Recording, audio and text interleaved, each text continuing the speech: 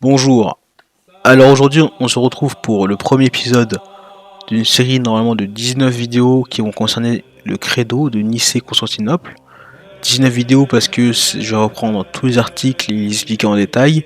Ce sera un parcours que j'aime bien parce que c'est de l'exégèse, de la catéchèse et aussi de l'apologétique. Je vais expliquer à ma manière, évidemment non pas de manière parfaite, mais en tout cas du mieux que je peux, euh, le, euh, le credo, article par article.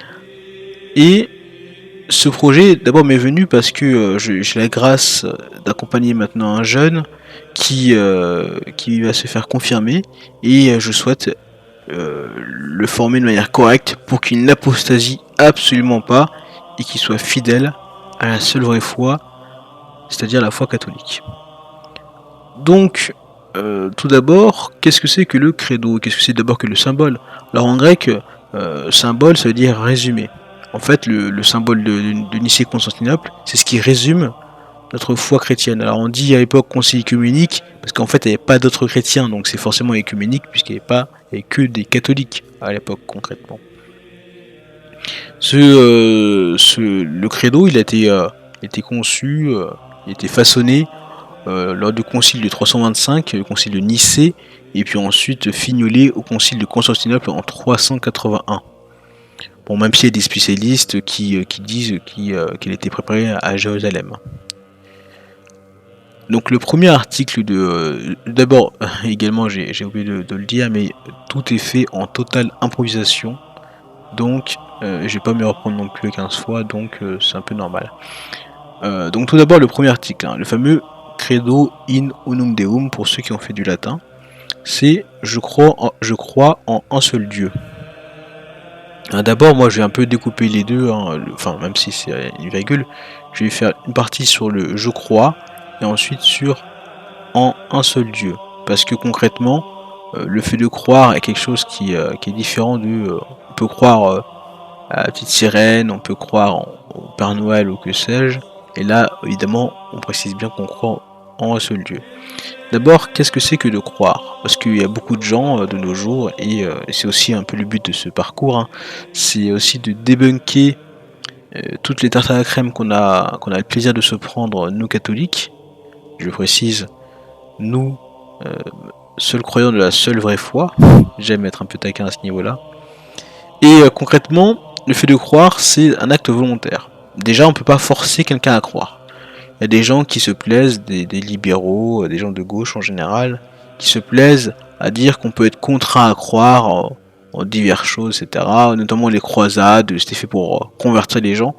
Oui, ce qu'en fait, on a beau gifler, torturer ou que sais-je les gens, s'ils ne veulent pas croire en Dieu, ben, ils ne croiront pas en Dieu. On peut mettre une arme sur la tempe, un pistolet sur la tempe, et ben je vais pas devenir pour autant musulman. Parce que même si on me dit que Allah il y a des prophètes que Allah et que Mahomet sont prophètes, bon je peux peut-être le dire. Mais en tout cas, je vais pas forcément le croire. En tout cas, commencer à amener, je risque pas d'y croire. Donc voilà, donc du coup le fait de croire c'est déjà volontaire. Et puis aussi, ben, c'est aussi un acte d'intelligence. Parce qu'il y a des choses qui sont sensibles. Bah, là par exemple, là concrètement, le siège, la chaise pardon, sur laquelle je suis assis, et ben je le sens, c'est sensible. Et puis il y a des choses qui sont d'ordre de l'intelligible, d'ordre de l'intellect. Et le fait de croire en Dieu ou de croire en divers autres choses, c'est toujours de l'ordre de l'intelligence. Donc bon, ça ne veut pas dire que quelqu'un qui est idiot ne peut pas croire, mais en tout cas s'il manque un des paramètres, et ben ça peut être compliqué pour lui pour croire en Dieu. Concrètement, il y a un livre que j'affectionne qui s'appelle Dieu à sens l'épreuve, un livre très connu écrit par Olivier Bonassi et Pierre-Yves Bolloré, je crois que ça s'appelle comme ça, qui est juste vraiment excellent. Aussi, Ce rationnel devenu catholique de Mathieu Lavagna.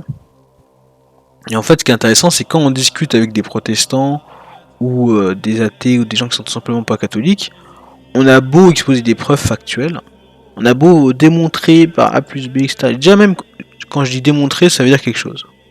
Démontrer, ça veut pas dire ce que je pense, dire ce que je ressens.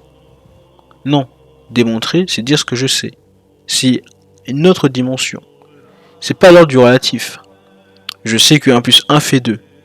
Je peux le démontrer. Pourquoi? Comment? Bah, je dis à quelqu'un, prends un papier et un crayon, écris 1 plus 1, hop, fais le calcul. Qu'est-ce que tu as trouvé? Bah, ça fait 2. C'est une démonstration. Et ben dans le livre Dieu a censé preuve, ou lors de nombreux débats, discussions qu'on peut avoir avec des gens, ben nous ce que nous faisons, nous catholiques, ce sont des démonstrations. Des démonstrations qui sont de la même solidité. Bon, je suis pas forcément un dieu des mathématiques, mais de la même solidité que une équation basique. Donc voilà, donc vraiment il faut vraiment avoir l'intelligence. Si les gens sont de mauvaise foi, parce que ça arrive aussi, hein, on verra lors d'autres articles également, il y a des protestants qui disent que Jésus avait des frères et sœurs. Sauf que dans l'écriture, bah, évidemment, il se fait l'écriture, mais l'écriture, il aussi dit femme, voici ton fils, et fils, voici ta mère. Donc, encore une fois, nous qui sommes des gens sérieux, des gens qui faisons preuve d'holisme, l'holisme c'est prendre tout dans son ensemble. Les protestants, même, je vais un peu taper sur protestants, mais en toute charité évidemment, et ben nous qui sommes catholiques, et ben qu'est-ce qui se passe? Et ben on est holiste et on tient compte de tout. On fait des études historiques, on fait des études, des études scripturaires, de langue, etc. On essaie vraiment de prendre un maximum de paramètres pour ensuite arriver à une conclusion. C'est vraiment juste le bon sens, de la rigueur, du sérieux. Quand on est de la team Sola Scriptura, ça va être compliqué. Parce que sur la Scriptura, ben, éventuellement, on peut manquer beaucoup de choses. Et c'est là aussi que le magistrat de l'église est important. Je divague un peu, mais là j'avais vu il y a quelques jours, c'était à Arte, ils ont sorti un reportage. Je fais ce podcast le jour de Pâques, le 20 avril. D'ailleurs, le Christ est ressuscité, il est vraiment ressuscité, alléluia. Et je vois sur le reportage d'Arte qui parlait des femmes prêtres. Et je vois dans les commentaires quelqu'un qui me demande explique-nous, donne-nous des arguments concrets qui justifieraient pourquoi les femmes ne peuvent pas être prêtres. Parce qu'il me dit les femmes sont aussi intelligentes que les hommes, etc. etc. Oui. De son point de vue, c'est excellent. C'est-à-dire qu'encore une fois, et c'est ce que je lui dis, mais devenez catholique. Il fait pourquoi? Bah je dis parce que vous ne reconnaissez pas le magistrat de l'église. Donc j'ai beau apporter autant d'arguments qu'il veut, il ne reconnaît pas le magistrat de l'église. Et ben là c'est pareil malheureusement avec le fait de croire aussi, c'est con. Il y a des gens qui ne reconnaissent pas les arguments qu'on donne, les choses factuelles, observables, vérifiables, et reproduisibles évidemment, on peut faire le schéma. Donc voilà. Donc déjà le fait de croire, toujours pareil, c'est un acte volontaire. On a beau démontrer toutes les preuves qu'on veut. Si quelqu'un ne veut pas croire, ben il ne croira pas. Et comme dit Saint Paul, il est inexcusable. Ensuite l'intelligence. Ben, Dieu quand même nous a fait nous, êtres humains, intelligents. Nous sommes déjà, là, on verra ensuite, je vais un peu, je préfigure un peu le catéchisme, nous verrons ensuite que, effectivement, Dieu nous a fait intelligents, nous sommes à l'image de Dieu, et certes c'est vrai qu'il y a des êtres humains qui sont un peu plus stupides que d'autres, on se demande s'ils n'ont pas des chromosomes en moins, on va dire plutôt des chromosomes en plus, ou qui ont des voilà, mais non, là clairement c'est autre chose. On a des individus qui font preuve de mauvaise foi, qui sont pas intéressés par diverses choses. Donc il y a plein de gens qui, même si Dieu est selon moi, à mon sens, une évidence, comme le micro qui me permet d'enregistrer cette émission, et ben pour beaucoup de gens, même si Dieu est une évidence, et ben ils refusent. Donc c'est comme ça. Malgré toutes les preuves qu'on peut leur montrer. Également, croire, c'est différent d'avoir la foi. J'aime bien donner cet exemple-là. J'ai vu ça c'était un prêtre, je crois, qui disait ça aussi. C'est, là aussi, ça fait un petit pied néo-protestant. D'où la raison que je dis, c'est un parcours d'exégèse, de catéchèse et aussi d'apologétique. Les protestants aussi qui disent sola fide, la foi seule. Oui, mais en fait, les démons aussi ont la foi. Donc en fait, ce qui est intéressant, c'est que Bon là je me contredis un tout petit peu, mais une légère nuance. Le fait du coup de croire, c'est d'admettre qu'il existe, imaginons concrètement dans notre situation à nous, Dieu. On croit que Dieu existe. Mais il y a des gens qui se disent, ben, Dieu existe, mais je m'en moque. Je fais ma vie comme je l'entends, je reste débauché, je reste une gaupe, etc. Ok, soit. Et puis il y a nous catholiques. Dieu existe, hop, on l'a accepté. Mais ça a des conséquences. Et ces conséquences-là, en fait, ça nous fait que nous, on va se tourner vers Dieu. Comme le nom de l'émission de l'abbé Raffray, hein, Source de Corda, voilà, c'est pareil. Hein, vraiment, haut les cœurs, on se tourne vers Dieu. Et du coup, on fait acte de foi. Là, pour le cas des démons, bon, là c'est un peu, ça me contrôle un tout petit peu, mais concrètement, on va partir du principe qu'ils croient en Dieu, qu'ils n'ont pas la foi en Dieu, parce que après les démons c'est différent. Là, on parlera plus tard aussi du monde invisible. Parce que là, concrètement, j'ai oublié de le dire, on va traiter de l'article suivant, c'est je crois en un seul Dieu, virgule, le Père Tout-Puissant, créateur du ciel et de la terre, de l'univers visible et invisible. Ce sera ce dont on va traiter aujourd'hui. Et pour revenir à cela, les démons, ils croient en Dieu. C'est un peu différent de ça parce qu'en fait les démons, ils savent que Dieu existe. Pour eux, ils sont qu'esprits, ils savent très bien que Dieu existe, mais ils se refusent. Bon, c'est comme ça. Mais concrètement, voici un peu la nuance. J'ai un peu expliqué la nuance. Hein, c'est croire à la foi, c'est totalement différent. Avoir la foi, c'est avoir confiance. Comme quand on dit à quelqu'un, j'ai foi en toi. Moi, j'aime pas trop les garagistes. Je peux dire à un garagiste, j'ai pas foi en toi. Pourtant, le garagiste, il existe. Donc voilà. Maintenant, on va dire, c'est bien beau tout ce que je viens de raconter, quand même plus de 10 minutes de blabla. Mais qu'est-ce qu'en dit le catéchisme? Alors, je vais pas lire vraiment tous les articles, mais je vais un peu les énumérer, hein, les articles qui parlent de ça, du fait de croire tout simplement, juste le fait de croire. Il y a articles 144, 150, 151, 152, 153, 154, 155. Concrètement, je vais un peu aller plus vite parce que sinon ça sera très long. De l'article 150 jusqu'à l'article 165. Je vais lire le premier article du catéchisme que j'ai sous les yeux. Du coup, c'est l'article 144, obéir. Hein, c'est du latin ob audire, si je prononce correctement. Obéir dans la foi, c'est se soumettre librement à la parole écoutée parce que sa vérité est garantie par Dieu. La vérité même de cette obéissance, Abraham est le modèle que nous propose l'Écriture sainte, la Vierge Marie, et la réalisation la plus belle. Effectivement.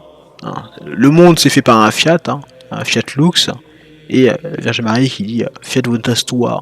Donc vraiment, le monde s'est fait, le monde a été racheté par un Fiat. De gracias, magnifique. Ensuite, là, l'article 150, je vais pas tous les lire parce que sinon ça va être catastrophique. Mais je les ai cités. L'article 150, c'est la foi est d'abord une adhésion personnelle de l'homme à Dieu. Elle est en même temps et inséparablement l'assentiment libre à toute la vérité que Dieu a révélée en tant qu'adhésion personnelle à Dieu et assentiment à la vérité qu'il a révélée. La foi chrétienne diffère de la foi en une personne humaine. Il est juste et bon de se confier totalement en Dieu et de croire absolument ce qu'il dit. Il serait vain et faux de mettre une telle foi en une créature. Donc moi ça évite aussi l'idolâtrie. Là je regarde un peu rapidement quel article je pourrais dire. Tiens, l'article suivant. Pour le chrétien, croire en Dieu et inséparablement croire en celui qui l'a envoyé, c'est-à-dire son fils bien-aimé, en qui il a mis toute sa confiance. Donc ça c'est Marc chapitre 1 verset 11. Dieu nous a dit de l'écouter. Marc chapitre 9 verset 7. Le Seigneur lui-même dit à ses disciples, croyez en Dieu, croyez aussi en moi. Jean, chapitre 14, verset 1. Nous pouvons croire en Jésus-Christ parce qu'il est lui-même Dieu, le Verbe en chair. Nul n'a jamais vu Dieu. Ça c'est le Christ qui parle. Nul n'a jamais vu Dieu. Le Fils unique qui est dans le sein du Père, lui l'a fait connaître. Jean chapitre 1, verset 18. Parce qu'il a vu le Père, Jean chapitre 6, verset 46, il est seul à le connaître et à pouvoir le révéler. Matthieu, chapitre 11, verset 27. Bon, après là, je vais... je réfléchis en même temps. Bon, ça, je vais pas lire. Bon, concrètement, il y a divers articles du catéchisme qui résument en beaucoup moins de temps que je viens de le faire moi. En tout cas, qu'est-ce que signifie le fait de croire? Tout simplement. Pas de croire en Dieu, j'allais dire croire en seul Dieu, mais de croire en Dieu. Ah tiens, l'article 160. Pour être humain, je vais marquer pour être humaine, ça me fait rire. Pour être humaine, la réponse de la foi donnée par l'homme à Dieu doit être volontaire. En conséquence, personne ne doit être contraint à embrasser la foi malgré soi. Par sa nature même, en effet, l'acte de foi a un caractère volontaire. Deutéronome, chapitre 10. Non, je crois que c'est ça. Éventuellement, je me trompe. Je sais pas. Dieu, certes, appelle l'homme à servir en esprit et en vérité. Si cet appel oblige l'homme en conscience, il ne contraint pas. Cela est apparu au plus haut point dans le Christ Jésus. En effet, le Christ a invité à la foi et à la conversion, il n'a nullement contraint. Il a rendu témoignage à la vérité, il a voulu l'imposer par la force à ses contradicteurs.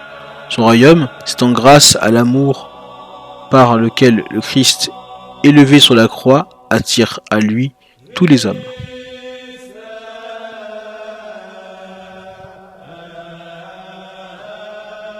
Voilà, donc là, après bon, il y a quand même d'autres articles donc en tout cas voilà. Maintenant, à quoi nous croyons.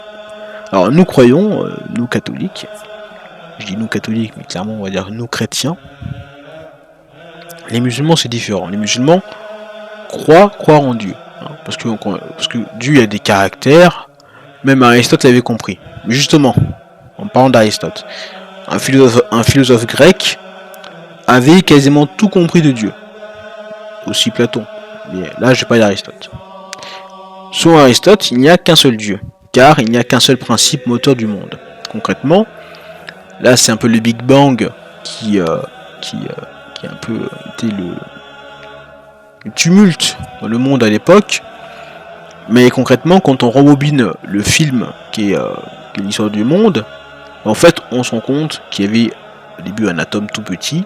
Enfin, je suis autant physicien que je suis astronaute. Donc, ça va être un peu compliqué de vulgariser à ce niveau-là, mais un atome très petit.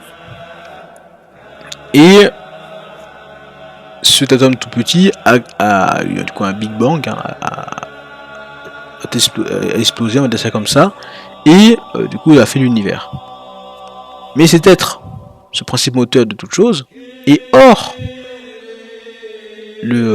cet atome pour le déclencher. Je vais faire un peu le parallèle avec quelque chose d'un peu particulier. Quand on démarre sa voiture, on n'est pas sa voiture. Alors, c'est un peu normal. Et ben là, Aristote, bon, sans avoir mes parallèles un peu foireux, Aristote, il a compris que Dieu est immobile. Parce que Dieu, en fait, par sa nature, la nature de Dieu, en fait, c'est l'existence même. C'est pour ça que Dieu, quand il parle à Moïse, hein, qui dit qui es-tu, et après Jésus aussi qui se fait un peu, il se fait tout simplement aussi crucifié pour ça, hein, qui dit à plusieurs reprises, il dit mais qui es-tu? Je suis. Je suis en hébreu ça se dit Yahvé, hein, YHWH. C'est un blasphème. Donc Jésus se fait tuer pour ça. Moi ça me fait parce que des fois, bon là on va dire que je tape sur les protestants, mais il a un peu demandé, mais enfin les protestants. les gens qui sont libéraux, on va dire ça comme ça. Parce que moi, lors de nombreux échanges, j'ai des gens qui m'ont dit mais Jésus n'est pas Dieu. Et c'est même pas des musulmans qui m'ont dit ça, ce sont des gens qui se disent chrétiens. J'ai envie de les gifler. Et je dis, bah si, Jésus a dit qu'il était Dieu. Et ces gens-là se sont énervés. Ils se sont énervés en me disant, ah, moi je prends ça, moi c'est quelque chose de sérieux, je rigole pas sur les blasphèmes, etc. Bon, tant pis, les gens, encore une fois, les gens ne veulent pas écouter. Ouais, quand je dis ça avant, là, les preuves, etc. Bah là c'est pareil, les gens ne veulent pas écouter. Donc je sors l'article de la Bible, Jésus dit qu'il est Dieu. Tant pis. Pour revenir à ça, Dieu, sa nature, c'est l'existence même. Après, on verra aussi qu'est-ce que dit l'écriture, parce que là, nous sommes dans du catéchisme, de l'exégèse, et aussi de l'apologétique. Du coup, on défend la foi catholique. Donc Dieu est hors le temps. Dieu est un acte pur. C'est-à-dire qu'en fait, concrètement, c'est lui qui est à l'origine de tout. Donc vraiment, c'est un acte, comme je disais avant, Dieu, ben, son nature, c'est l'existence. Il est également immatériel. C'est-à-dire, vu qu'en fait, c'est lui qui crée la matière, ben, il est hors la matière. Il est parfait. Ça, c'est Aristote, hein, c'est pas moi qui dis. Hein. C'est toujours Aristote. Il est parfait. Et pourquoi il est parfait? Parce qu'en fait, il se suffit à lui-même. C'est-à-dire que Dieu nous a fait, nous, êtres humains. Il a fait les anges, etc. Dans un acte de pure bonté. Bon, on voit qu'aussi qu'Aristote, il n'a pas trop compris le reste. C'est-à-dire que concrètement, la toute bonté de Dieu, malheureusement, il n'était pas arrivé. Mais, en tout cas, Dieu qui est parfait, du coup, qui veut dire qu'il se suffit lui-même. Ça aussi, c'est important. Hein, quand il y a des gens qui disent oui, mais tu penses si cela est parfait. Non, non. Ce qui est parfait, c'est ce qui se suffit à soi-même. Donc, Aristote, il a réussi à comprendre tout seul, sans Saint Thomas d'Aquin, sans le catéchisme de l'Église catholique, que Dieu est parfait. Donc Dieu n'a pas besoin de nous, Dieu n'a besoin de personne, il se suffit à lui-même. Donc il nous invite quand même au salut, ça fait quand même nous faire réfléchir un peu aussi. Hein. Donc Dieu nous invite au salut, à la grâce éternelle, alors qu'en fait il n'y a pas besoin. On aurait très bien pu pas exister. On est contingent, c'est-à-dire qu'en fait on aurait pu pas exister, hein, comme dit l'abbé Laguerre, hein. Notre petit frère qui n'a pas existé, et ben même nous, si on n'a pas existé, ben en fait on n'en manque à personne. Là c'est pareil pour Dieu. Nous les contingents, on n'aurait pu pas exister. Dieu, par contre, vu que c'est le principe moteur de tout, ben en fait il est ce qu'on appelle nécessaire. Également, Dieu il est éternel. Éternel et immortel, c'est différent. C'est-à-dire qu'en fait, vu qu'il a toujours existé, c'est lui qui a... Également, c'est ça qui est marrant avec... J'aime bien le livre Dieu, la science et l'épreuve, c'est ça qui est marrant, c'est qu'en fait, on se rend compte... ce livre-là, vraiment, je trouve que il devrait être offert à chaque Français, ou à chaque pas laïque, à chaque athée. Tiens, chaque athée, on devrait lui offrir ce bouquin. Parce que concrètement, même le forcer à le lire, sinon il va en prison. On le met 40 ans de prison, pour pas avoir lu un livre. Oui, je suis très juste.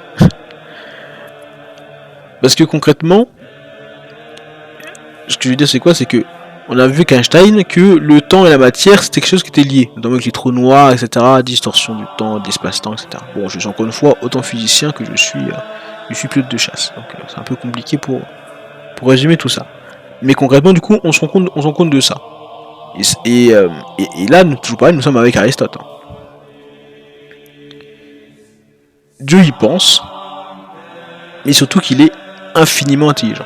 Alors pour nous, êtres humains qui sommes... moi j'ai une intelligence limitée. C'est-à-dire que là, bon, je sais pas les limites de mon intelligence, mais... une intelligence limitée sur plein de domaines. Là, Dieu il est infiniment, il est vraiment omniscient.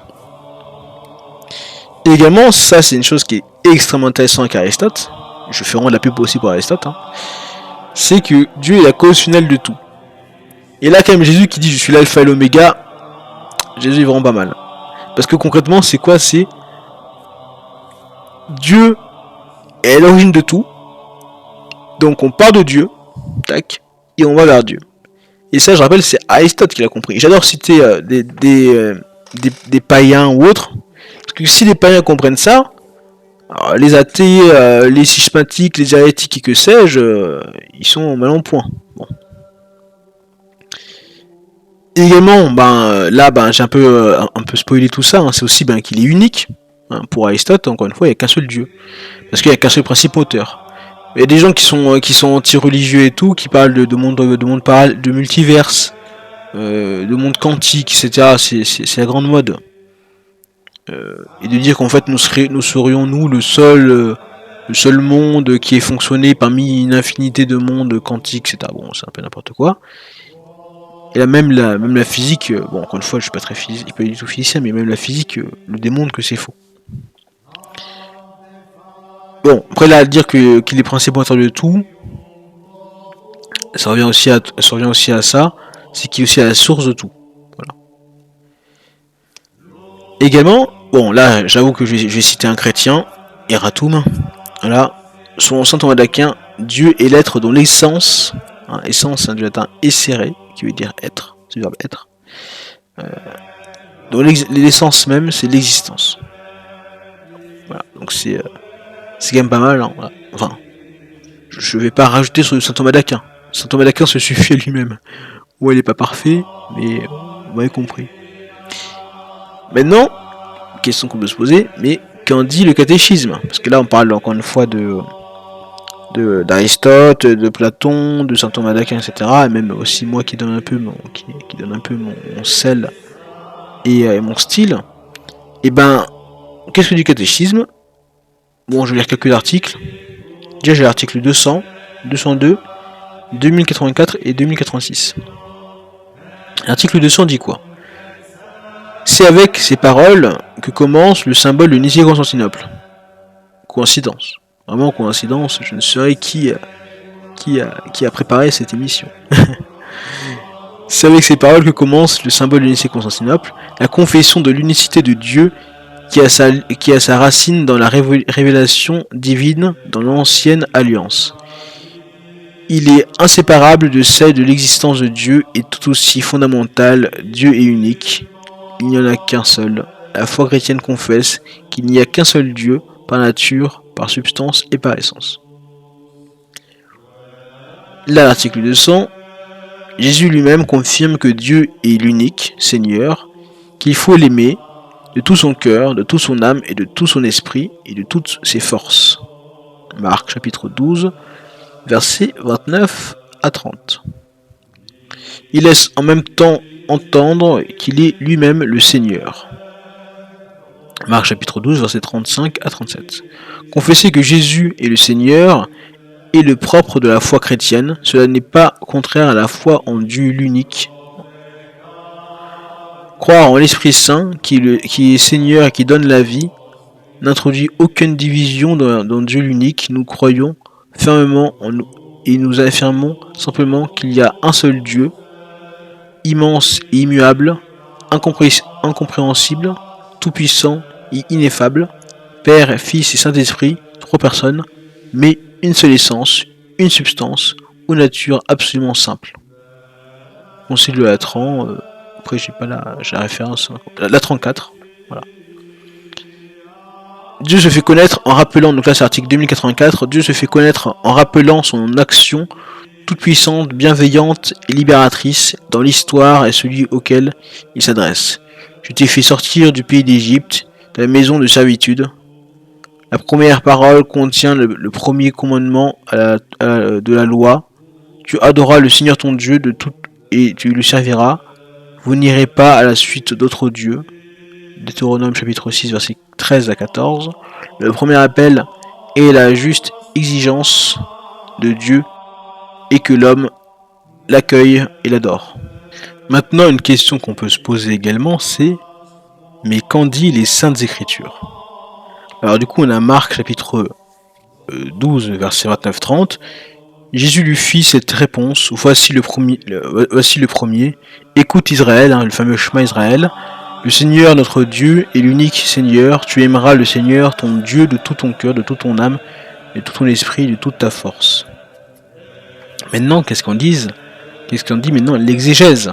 Donc pour ça, j'ai une Bible chez moi qui s'appelle la Bible expliquée. Vraiment, c'est une Bible que je recommande à tout le monde Donc c'est expliqué comme le nom indique, hein, donc c'est comme le Porsalus écrit dessus.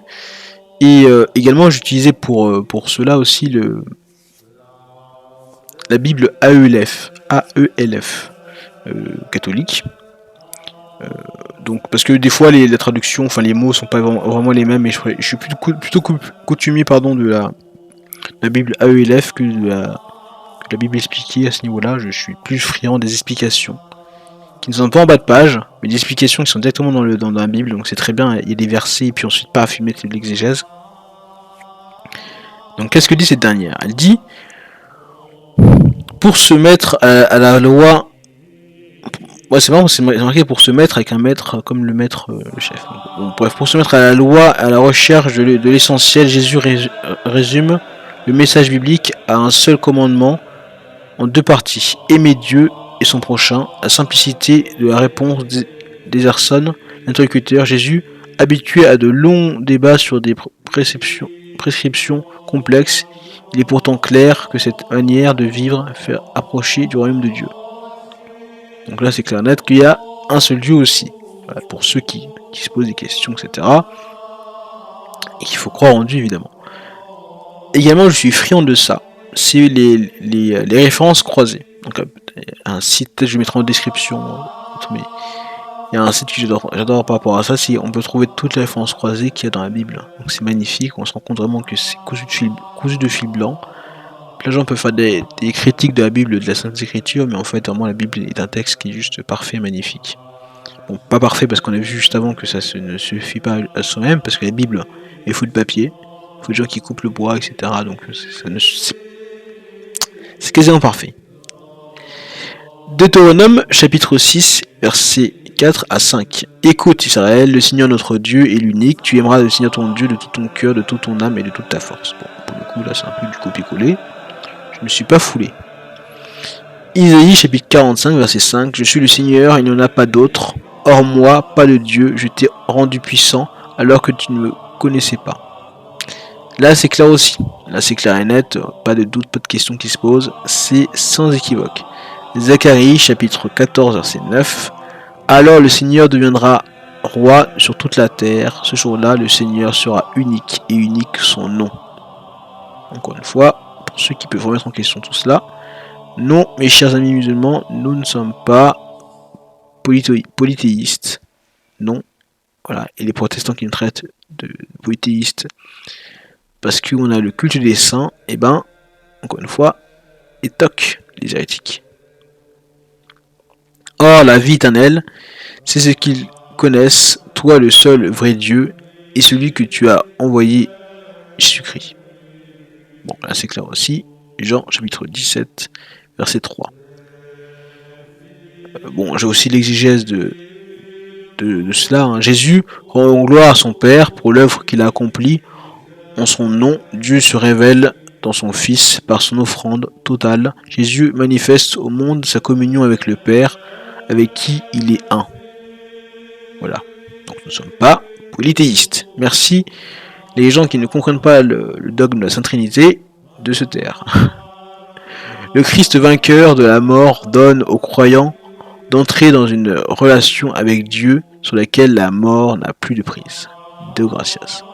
Bon, je vais pas lire toutes les références croisées, sinon on va prendre. Déjà, ça prend quand même pas mal de temps. Mais concrètement, on a Isaïe, chapitre 45, verset 21 à 22. Deutéronome, chapitre 4, verset 35 à 39. Ça peut être marrant ça à lire. Pas un seul de ces hommes, personne de cette génération mauvaise ne verra le bon pays que j'ai juré de donner à vos pères, à l'exception de Caleb, fils de Yefouné. Lui, il le verra, à lui je le donnerai, ainsi qu'à ses fils. Ce pays qu'il a foulé, car il a suivi le Seigneur sans réserve. Même contre moi, le Seigneur s'est mis en colère. À cause de vous, il a dit, toi non, plus tu n'y entreras pas. C'est Moïse qui est pas content de ne pas voir la terre promise. Mais Josué, fils de Nun, le fameux Josué, Josué qui préfigure Jésus, On voit beaucoup de Christophanie dans l'Ancien Testament. Bon, je me retourne à la lecture. Hein, moi, je suis le genre de personne qui commente les films quand on les regarde. Non, c'est faux, je me tais. Mais Josué, fils de Nun, qui se tient à tes côtés, lui, il entrera, affermis-le, car c'est lui qui conduira Israël dans son héritage, et vos enfants, dont vous disiez qu'ils seraient pris en butin. Vos fils, qu'ils ne savent pas encore discerner le bien du mal, eux, ils entreront, c'est à eux que je donnerai le pays, c'est à eux qui en prendront possession. Aussi à Matthieu chapitre 4 verset 10, alors Jésus lui dit, arrière Satan, va derrière Satan, non comme soin des Mivena, ça c'est après Saint Benoît, plutôt arrière Satan, car il est écrit, c'est le Seigneur ton Dieu que tu adoreras, à lui seul tu rendras un culte. Donc là, Jésus au désert. En plus on est sorti du carême, donc c'est parfait. Également Luc chapitre 4 verset 8, il en tomba enfin dans la bonne terre, elle poussa, et elle donna du fruit au centuple. Disant cela, il éleva la voix, celui qui a des oreilles, qu'il entende. Bon, qu'est-ce qu'on dit de l'exégèse? L'exégèse. À 3 reprises, le diable se fait théologien pour tenter Jésus avec des arguments bibliques, mais Jésus, c'est un peu protestant ça. Tiens, voilà. Mais Jésus répond du tac au tac par des arguments tirés eux aussi des Écritures. Ah, ça c'est catholique. Dans la dernière tentation, le diable suggère à Jésus de forcer Dieu à intervenir en sa faveur, mais Jésus repousse toutes les idées d'user de la puissance de Dieu dans son propre intérêt. Jésus, il a une telle communion avec Dieu le Père qu'il n'a même pas besoin de ça. Il a la grâce perpétuelle. Donc on a terminé le « Je crois en un seul Dieu ». Maintenant, on va passer à le Père Tout-Puissant. Dieu, là les féministes des fois qui disent, comme là le film, le navet là, les Trois Mousquetaires, où elles disent au nom de la mère, de la fille et de la Saint-Esprit. Bon voilà, bon là on peut dire vraiment arrière Satan quoi. Bah oui parce que Dieu est le Père, c'est un peu une image, hein, mais bon voilà. Qu'en dit le catéchisme? Que tous les attributs divins, seule la toute-puissance de Dieu, et bien là c'est plutôt tourné vers toute-puissance. Voilà. Parce que là, on a compris que Dieu est le Père, mais bon, en quoi vraiment Dieu est tout-puissant? Nous catholiques, on peut se dire, mais en quoi Dieu est tout-puissant? Est-ce que Dieu pourrait faire une pierre, sinon tu ne pourrais pas la soulever? Est-ce que Dieu pourrait faire un cercle carré? Est-ce que Dieu pourrait faire du blanc qui est noir? Bon, encore une fois, c'est totalement stupide. De tous les attributs divins, seule la toute-puissance de Dieu est nommée dans le symbole, donc le résumé qu'on est en train de faire actuellement. La confesser est d'une grande portée pour notre vie. Nous croyons qu'elle est universelle, car Dieu, qui a tout créé, Genèse chapitre 1 verset 1, Jean chapitre 1 verset 3, régit tout et peut tout. Aimante, car Dieu est notre Père. Mystérieuse, car seule la foi peut discerner lorsqu'elle se déploie dans la faiblesse. 2 Colossiens, chapitre 12, verset 9. Après aussi, là, beaucoup d'articles du catéchisme. Les Saintes Écritures confessent à maintes reprises la puissance universelle de Dieu. Il est rappelé la puissance de Dieu, la puissance de Jacob,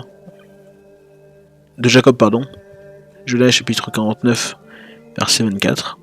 Le Seigneur des armées, le fort, le vaillant, si Dieu est tout-puissant, au ciel, sur la terre, donc ça c'est un psaume 135, c'est qu'il les a fait, rien que lui est donc impossible. Il dispose à son gré de son œuvre, quand on parle sur les citations bibliques. Il est le Seigneur de l'univers, dont il a établi l'ordre qui demeure entièrement soumis et disponible. Il est le maître de l'histoire, il gouverne les cœurs et les événements selon son gré. ta grande puissance est toujours à ton service et qui peut résister à ta force de ton bras. Bon, voilà, toujours des citations. Maintenant, on peut dire la question qu'on peut se poser, mais qu'en dit les Saintes Écritures? Question légitime. Sur que Dieu soit le Père. Là, j'ai pas pu m'empêcher. Vous m'excuserez, de citer la prière que Jésus nous a donnée. Là, clairement, c'est clair et net. Hein. Les féministes, taisez-vous. Hein. Surtout les féministes, là, j'ai vu un collectif là, de féministes catholiques avec des gros guillemets sur Instagram, totalement stupide. Voilà, le Christ Jésus nous a vraiment tout enseigné. C'est vraiment tout pareil, c'est Jésus qui parle, c'est de la perfection qui parle. Matthieu chapitre 6 verset 9. Vous savez, quand vous entendez ça, vous savez très bien de quoi on parle. Une fois là, je raconte un peu ma vie qui est palpitante. C'était un homme qui testait, qui essayait de séduire la copine d'un de ses amis. Et la copine en question lui sort Matthieu 6,9. Et là, le gars était surpris, etc. Je crois que c'était 6,9 ou 6,18. Bon, peu importe. Voilà. Ça me fait rire parce que vraiment, c'est pas souvent qu'on recadre les gens avec des versets bibliques. De gracias. Vous donc priez ainsi. Notre Père qui est aux cieux, que ton nom soit sanctifié, que ton règne vienne, que ta volonté soit faite sur la terre comme au ciel. Donne-nous aujourd'hui notre pain de ce jour. Remets-nous nos dettes, comme nous-mêmes nous remettons leurs dettes à nos débiteurs. Et ne nous laisse pas entrer en tentation, mais délivre-nous du mal. Mais non, qu'est-ce que dit l'exégèse? Parce que là, ça aussi, c'est un pensée libérale qui pollue notre société actuelle. Il y a tous les gens qui disent même on interprète comme on veut, ça c'est protestant aussi. On interprète comme on veut, etc. Non, mais la Bible, en fait, elle n'a jamais eu d'interprétation personnelle. Ça, mais jamais eu sur d'autres choses. À part avec les hérétiques. Mais sinon, jamais. Il y a. On étudie, on lit la Bible, on voit la Bible comme l'Église, son divin magistère, nous l'enseigne. L'exégèse dit quoi? Véritable exemple de la prière renouvelée par la venue du règne de Dieu. Notre Père rend à Dieu le première place. Reconnaître Dieu comme Père de tout est déjà une façon de désamorcer l'intolérance et la haine. Proclamer qu'il est saint, c'est s'engager à vivre dès maintenant selon sa volonté. Lui demander d'apaiser nos faims, c'est lui faire confiance. Pour la vie de chaque jour, lui demander pardon, c'est s'engager soi-même sur la voie du pardon. Lui demander d'échapper à la tentation, c'est croire que Dieu est plus puissant que le mal qui nous guette. Une version œcuménique de cette prière est largement utilisée par les chrétiens de toute confession. Le principe posé au verset 7. Reste à retenir, répéter une formule de prière si belle soit-elle, donne pas l'assurance d'être entendu ou exaucé. Bon, là j'allais dire la foi seule. Non, je suis pas protestant, que Dieu m'en pardonne. Après maintenant, référence croisée à Deutéronome, Isaïe, toujours Isaïe. Deutéronome, tiens, j'ai reçu ici. Et est-ce là que tu rends au Seigneur peuple stupide et sans sagesse? N'est-ce pas lui ton Père qui t'a créé? Lui qui t'a affermi. Qui t'a fait et affermi. Voilà. Je n'arrive plus à lire. Je deviens dyslexique. Bon, je suis déjà dyslexique, mais c'est un autre sujet. Également, il y a Jean. Donc Jean, chapitre 1, versets 12 à 13. Mais à tous ceux qui l'ont reçu, il a donné le pouvoir de devenir enfant de Dieu. Ça signifie bien que Dieu est Père. Hein. Enfants de Dieu, eux qui croient en son nom, ils ne sont pas nés du sang, ni d'une volonté charnelle, ni d'une volonté d'homme, ils sont nés de Dieu. De gracias. Référence croisée, Osée. Oui, j'ai aimé Israël dès son enfance, et pour le faire sortir d'Égypte, j'ai appelé mon fils. Encore une fois, là, c'est cousu de fil blanc. La toute-puissance de Dieu. Là, c'est Matthieu, chapitre 19, verset 26. Jésus posa sur eux son regard et dit, Pour les hommes, c'est impossible, mais pour Dieu, tout est possible. Encore une fois, merci mon Dieu, qui nous a tant enseigné. Il nous a tant enseigné le Christ Jésus. Merci beaucoup. Maintenant, qu'est-ce qu'on dit l'exégèse? Être sauvé est un don gratuit de Dieu. Ceux qui s'engagent avec Jésus pour annoncer le salut sont gratifiés d'un bonheur exaltant, qui dépasse largement les renoncements auxquels ils auront consenti. Marc chapitre 10, verset 28. Ils exerceront une responsabilité avec Jésus dans le royaume de Dieu. On assistera à un complet renversement des valeurs par rapport au trop de cours de vue humaine. Effectivement, Dieu est vraiment tout puissant. Là j'ai Marc également, du coup là c'est un peu anticipé. Bon, moi c'est pas Marc chapitre 10 verset 28, moi c'est verset 27. Jésus les regarde et dit: pour les hommes c'est impossible, mais pas pour Dieu, car tout est possible à Dieu. Bon, on va pas refaire l'exégèse, on a compris un peu le... Voilà. Luc chapitre 1 verset 37. Là, si je réfléchis, je crois que c'était aussi ce qui était dit. Ah non, moi c'est différent, moi c'est 37. Car rien n'est impossible à Dieu. Bon, Luc, laconique, précis, chirurgical, car rien n'est impossible à Dieu. Donc là, vraiment, la toute-puissance de Dieu, on peut pas vraiment en douter. C'est vraiment clair et net. Après, il y a plein de références croisées avec l'Ancien Testament notamment. Donc là, pareil, la toute-puissance de Dieu, elle est sans équivoque. Maintenant, autre sujet, autre article, créateur du ciel et de la terre. Maintenant, qu'est-ce qu'on dit du catéchisme? Dieu a tout créé. C'est comme il est dit aussi, au commencement Dieu créa le ciel et la terre était informée vide du souffle de Dieu, l'année au-dessus des eaux. Si ma mémoire est bonne. Voilà, c'est le catéchisme de l'Église catholique. Bon, énormément d'articles, donc je vais pas tous les lire évidemment.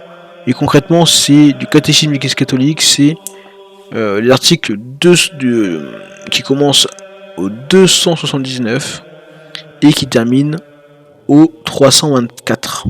Et vu que je suis malin, j'ai pris évidemment l'article 325 et 327 que je vais lire, un peu plus long, mais en tout cas je trouve très intéressant aussi.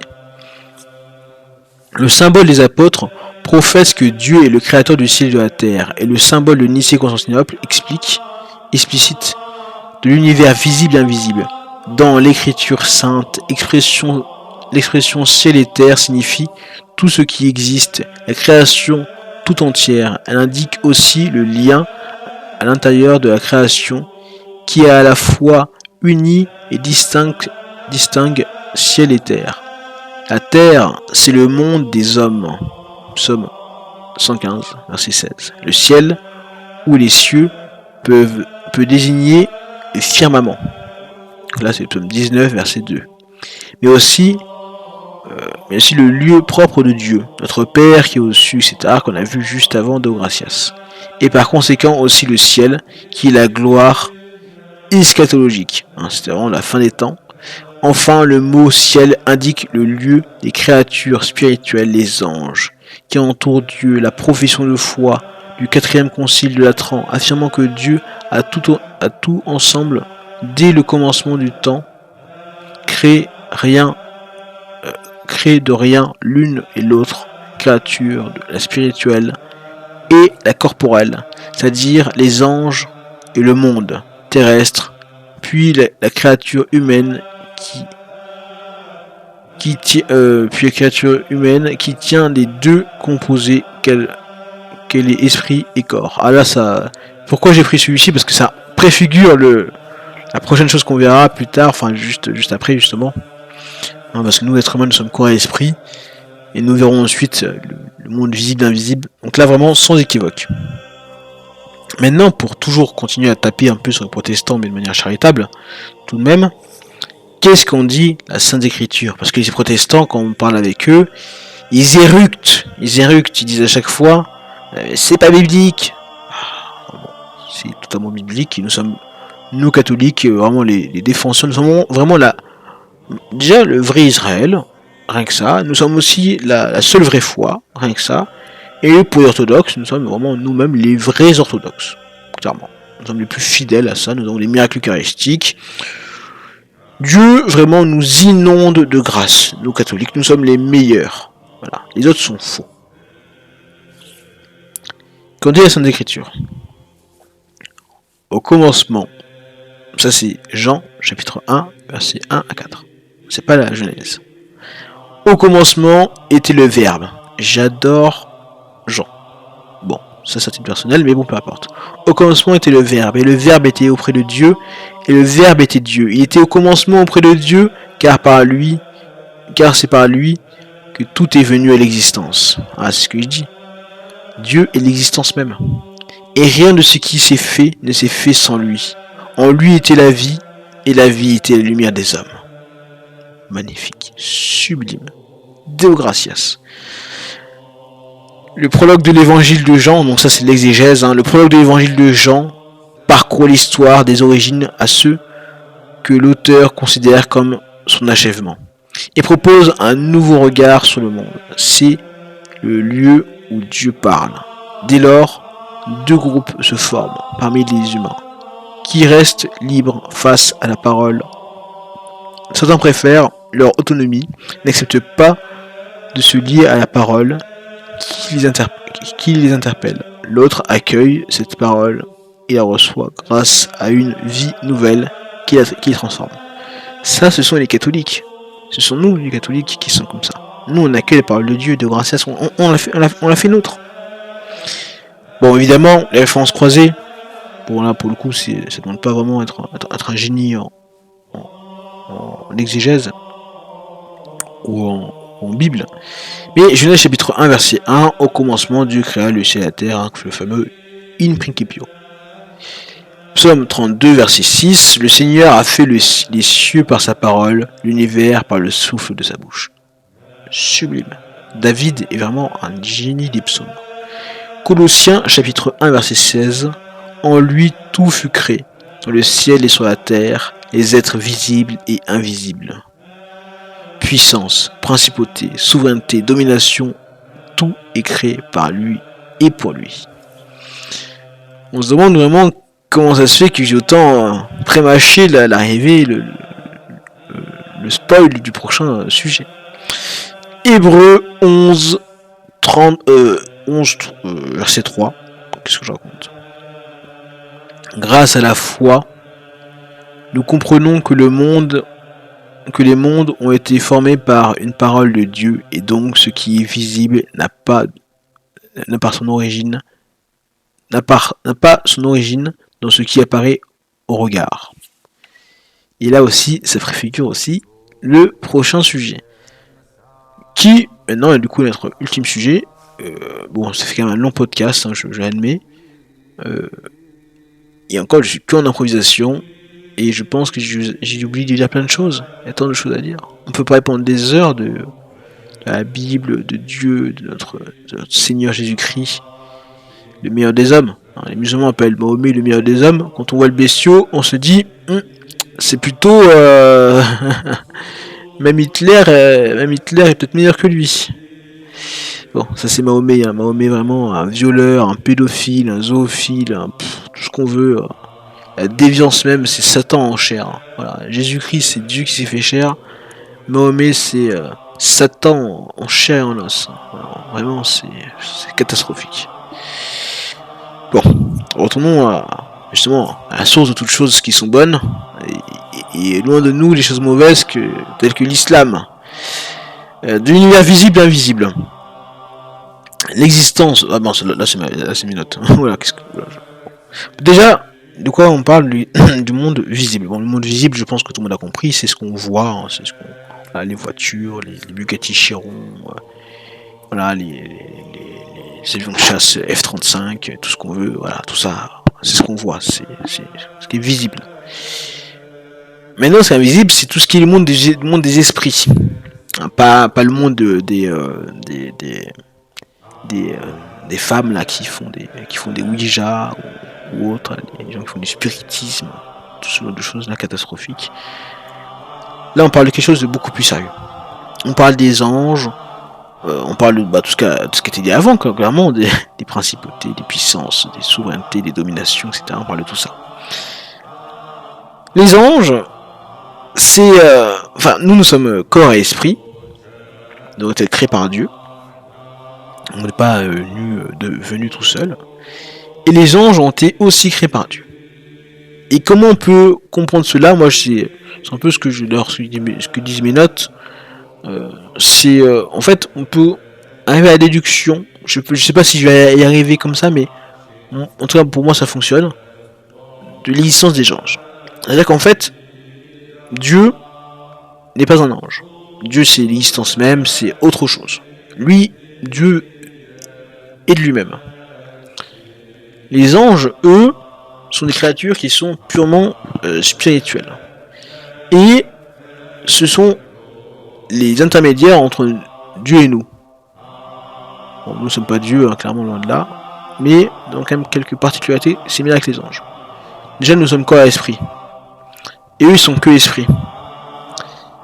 Ils sont du coup, mais que intelligence. Ils ne peuvent réagir avec les choses du monde que par intelligence. Et en fait, les anges, ils sont énormément.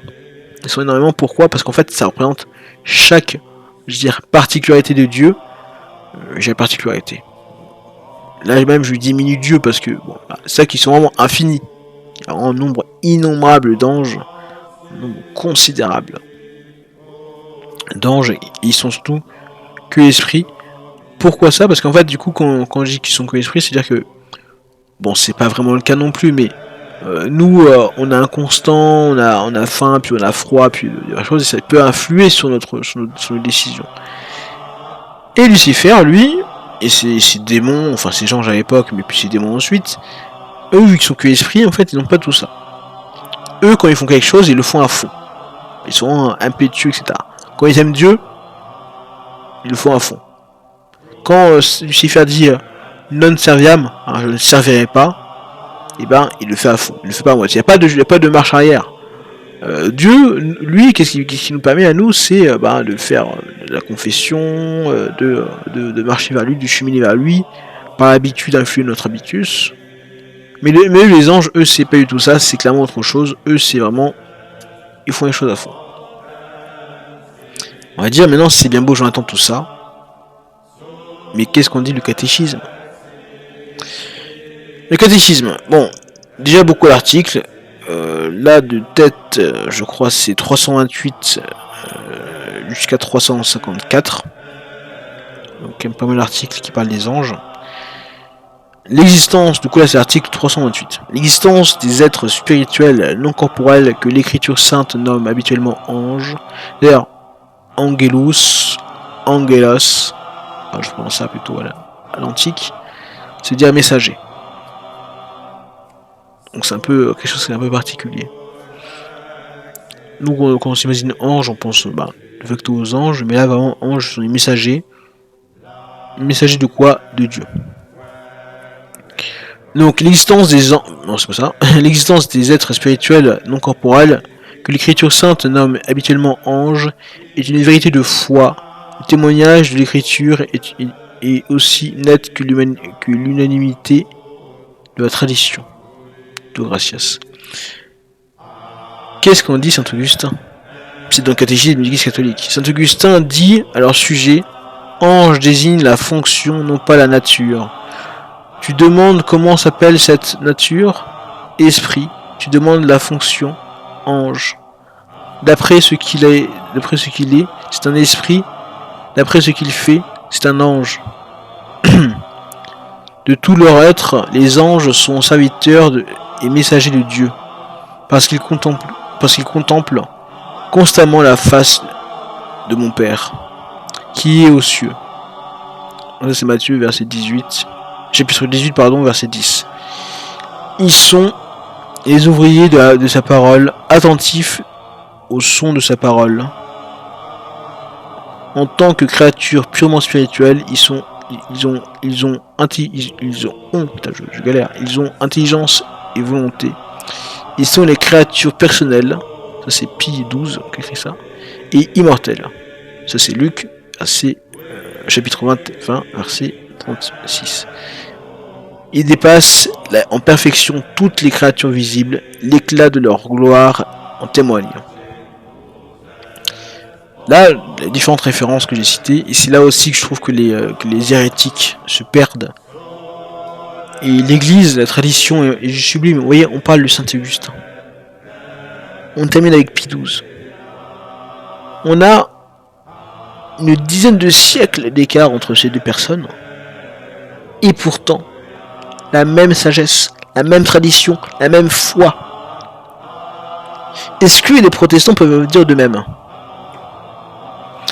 Bon, orthodoxe, bon, voilà. Je vais pas taper sur l'orthodoxe, mais bon, voilà, eux ça va. Et vous voyez ce que je veux dire? C'est vraiment... C'est pour ça que nous sommes vraiment la seule vraie foi. Et qu'il faut que tout le monde soit catholique. Maintenant, qu'est-ce qu'on dit d'écriture? Et là, j'ai pas pu m'empêcher. Hein, le fameux Angelus, hein, je vais même lire carrément l'Angelus. Bon, c'était pas prévu. C'était pas prévu du tout, mais vraiment, c'est ça. Donc,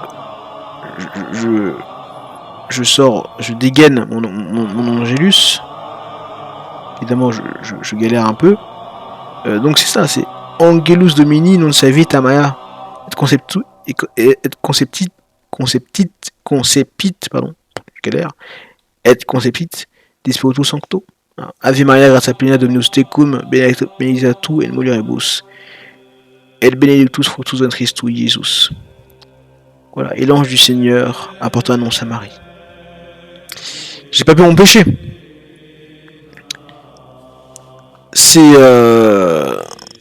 Ces gens. Ah, je crois que j'ai.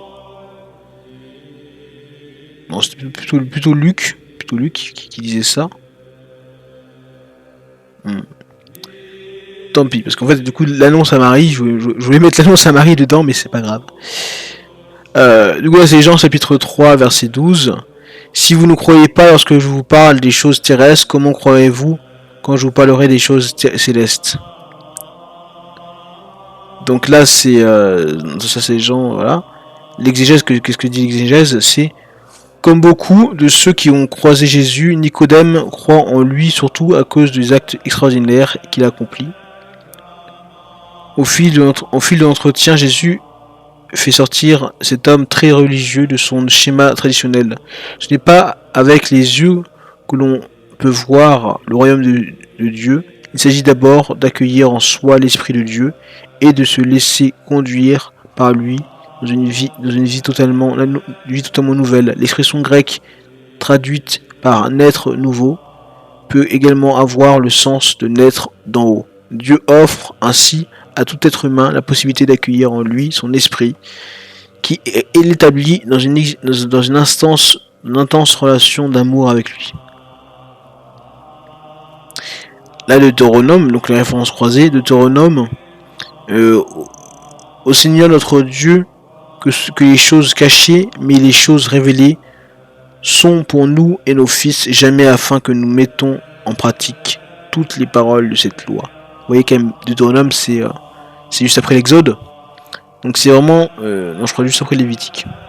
Non, je crois que c'est l'Exode, après l'Exode, peu importe. C'est l'Ancien Testament. Non, à une époque, là, nous sommes en moins 800 et quelques, hein, c'est ultra vieux. Et ben là, déjà même les Juifs, nos grands-pères, nos parents dans la foi, et ben eux-mêmes affirmaient qu'il y avait déjà un monde invisible. Donc c'est pas vraiment, on sort pas ça de notre chapeau. Isaïe, chapitre 55, versets 8 à 9. Car mes pensées ne sont pas vos pensées, et vos chemins ne sont pas mes chemins. Oracle du Seigneur, autant le ciel est révélé au-dessus de la terre, autant mes chemins sont élevés au-dessus de vos chemins, et mes pensées au-dessus de vos pensées. Magnifique. Isaïe, franchement, juste sublime aussi. Lui, c'est le précurseur de Jean. 1 Corinthiens, chapitre 2, versets 9 à 10. Mais ce que nous proclamons, c'est comme dit l'Écriture, c'est que l'œil n'a pas vu, ce que l'oreille n'a pas entendu, ce qui n'est pas venu à l'esprit de l'homme, ce que Dieu a préparé pour ceux qui l'ont aimé, dont il est aimé, pardon, c'est qu'à nous que Dieu, par l'écriture, en a fait révélation, car l'Esprit scrute au fond de toutes choses, même les profondeurs de Dieu. De Gracias. Colossiens chapitre 3, versets 1 à 2. Si donc vous êtes ressuscité avec le Christ, recherchez les réalités d'en haut, c'est là que le Christ assis à la droite de Dieu. Pensez aux réalités d'en haut, non à celles de la terre. Oui, ça c'est... j'ai parlé avant des anges, etc. Ça paraissait éventuellement un peu sombre. Hein, les anges, et aussi les démons, etc. On se rend compte aussi que le monde invisible, c'est aussi surtout ce qui nous est offert. C'est bon, je dis pas que la vie éternelle est un monde invisible, loin de là. Mais je veux dire, en fait, de nombreuses grâces que nous vivons, de nombreuses choses que nous traversons, sont des choses qui sont purement invisibles, qui font aussi partie, bon, pas non plus du monde angélique, mais qui font partie aussi de l'univers invisible. Je sais pas si c'est vraiment très clair là-dessus. En tout cas, ça fait partie aussi de l'univers invisible. Donc voilà. En tout cas, je vous remercie. C'était un peu fastidieux, hein, c'est ma première émission, premier podcast. Je partagerai ça à de nombreuses personnes pour avoir leur retour. Et puis également, ne pas hésiter surtout à m'en faire, hein, parce qu'il faut que je m'améliore sans cesse. Merci beaucoup.